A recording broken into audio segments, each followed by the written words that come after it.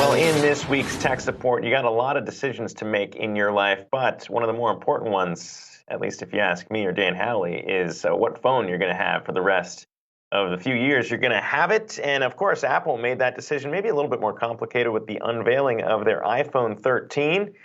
And our tech editor, Dan Howley, joining us here in tech support to walk us through whether or not it makes sense to buy one of these and which one if you're going to. Dan.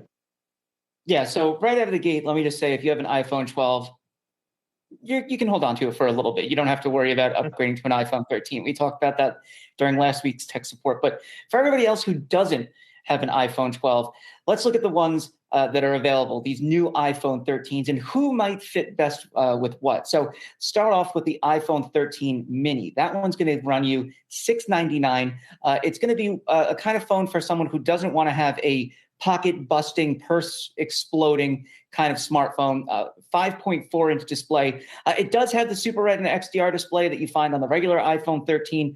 It's basically the same right across the board for both phones. It's just that price tag and that smaller size. So I think for most people who are looking for a small size phone, that's really the way to go. There's also the iPhone SE with the familiar fingerprint sensor. That's going to be a little bit cheaper, but it's also going to be a little bit slower. So if you want the newest version, go with this. If you want a bigger phone than that, don't want the pint-sized model. And according to reports, the pint-sized model is not anyone's favorite because it's been selling poorly as far as the iPhone 12 mini goes. Then there's the iPhone 13. That's going to run you $799.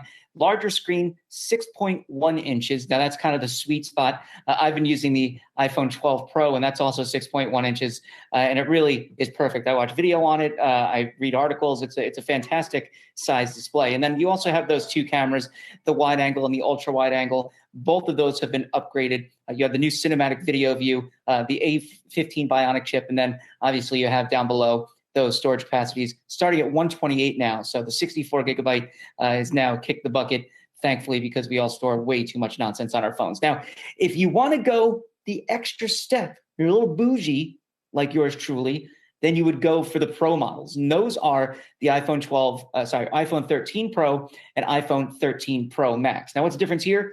Well, screen size. The 6.1 inches is still the same on the base Pro, but it's going to run you $200 more at $999. The difference there is that it gets a better display. It's the same Super XDR, but it has Pro Motion. So that means that the screen refresh rate can go up to 120 times per second or as low as 10 times per second. That means the screen will refresh as little as 10 times per second. And that's important because that saves battery life, but the 120 times per second is important because it makes everything look nice and smooth when you're scrolling. And there is a visible difference with 120 hertz.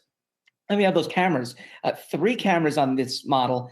That's the wide angle, the ultra wide angle, and telephoto. And these have all been upgraded from the iPhone 12 Pro. And that's really why I kind of want this one personally.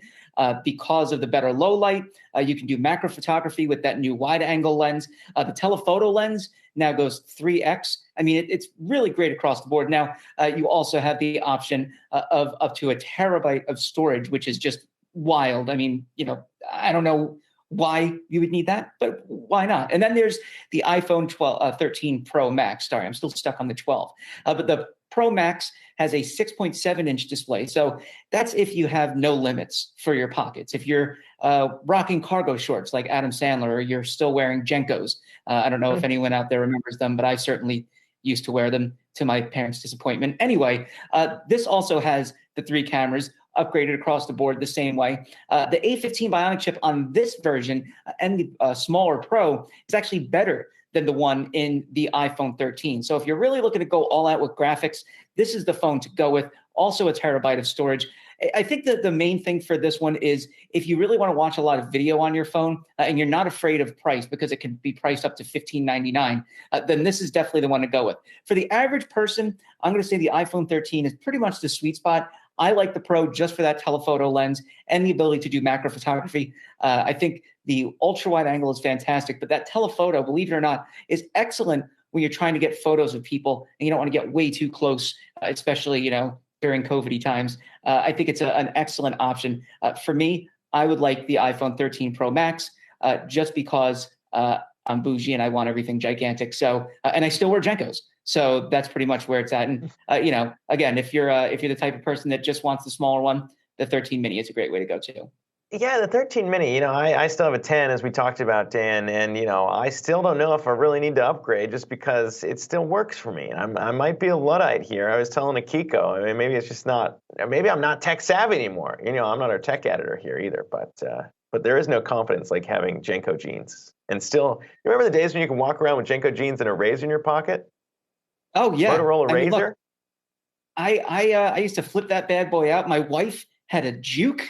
I don't know if you remember what a Juke was, but it looked like a comb, and you would like switch it out, and it was an absolutely ridiculous phone. So none of these obviously are as cool as those. That was really when smartphones were awesome, where dumb phones were awesome.